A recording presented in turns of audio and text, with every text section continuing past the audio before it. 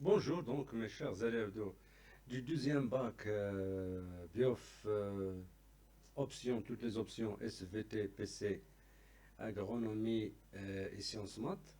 Je continue donc le renforcement des sciences de la vie et de la terre au niveau en ce qui concerne humaine, l'hérédité humaine. Donc j'ai entamé donc le cas de l'hérédité liée au sexe, c'est-à-dire comment se transmet certaines maladies liées au sexe. On avait vu l'hémophilie, qui est une maladie liée au chromosome sexuel X récessif.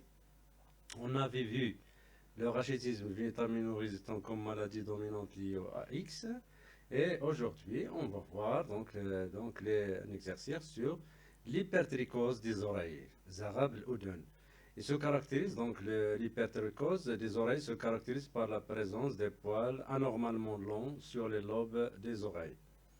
Alors la figure suivante représente donc l'arbre généalogique au pilier d'une famille dont certains individus sont atteints d'hypertrichose.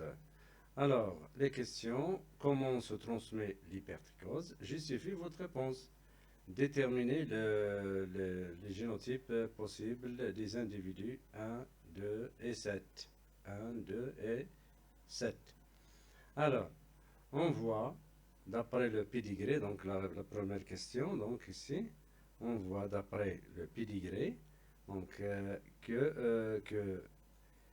c'est une maladie donc qui ne touche que les garçons. Et tous les garçons sont touchés.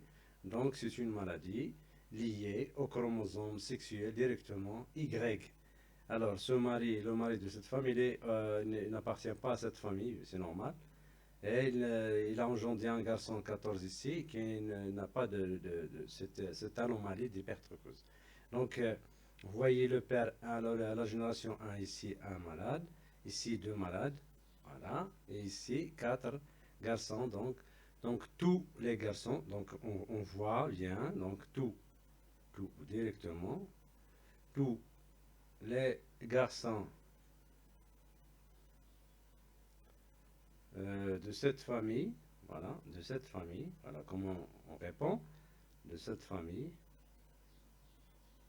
voilà, donc sont atteints, voilà, sont atteints directement, sont atteints de l'hypertrichose, trichose des oreilles,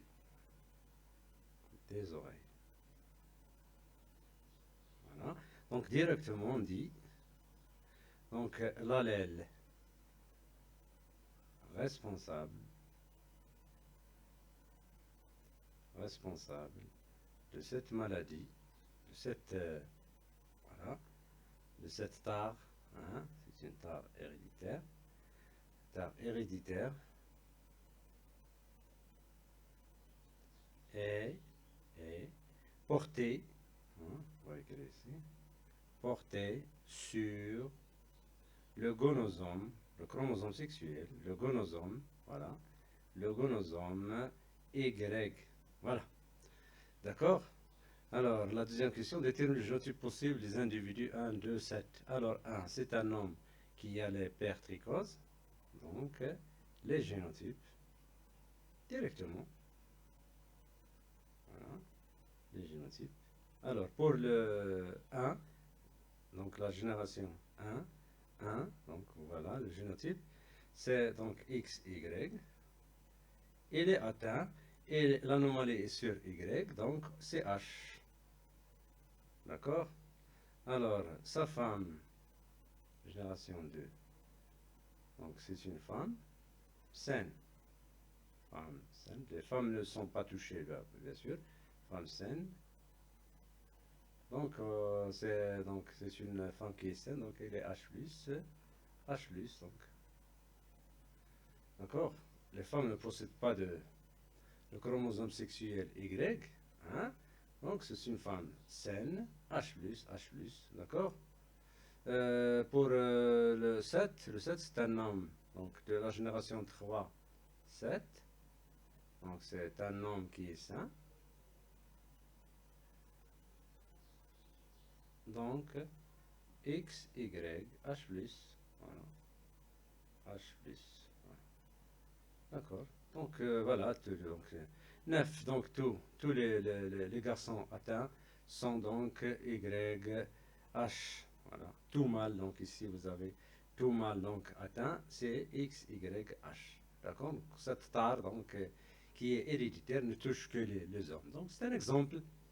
C'est un exemple. Il existe beaucoup d'autres exemples liés donc au chromosome Y. Je vais traiter un autre exemple, bien sûr, dans une vidéo prochaine, Inch'Allah. Donc abonnez-vous à votre chaîne SVT plus Kabbal. Vous n'aurez Inch'Allah que du nouveau. Allez, bonne chance à tout le monde.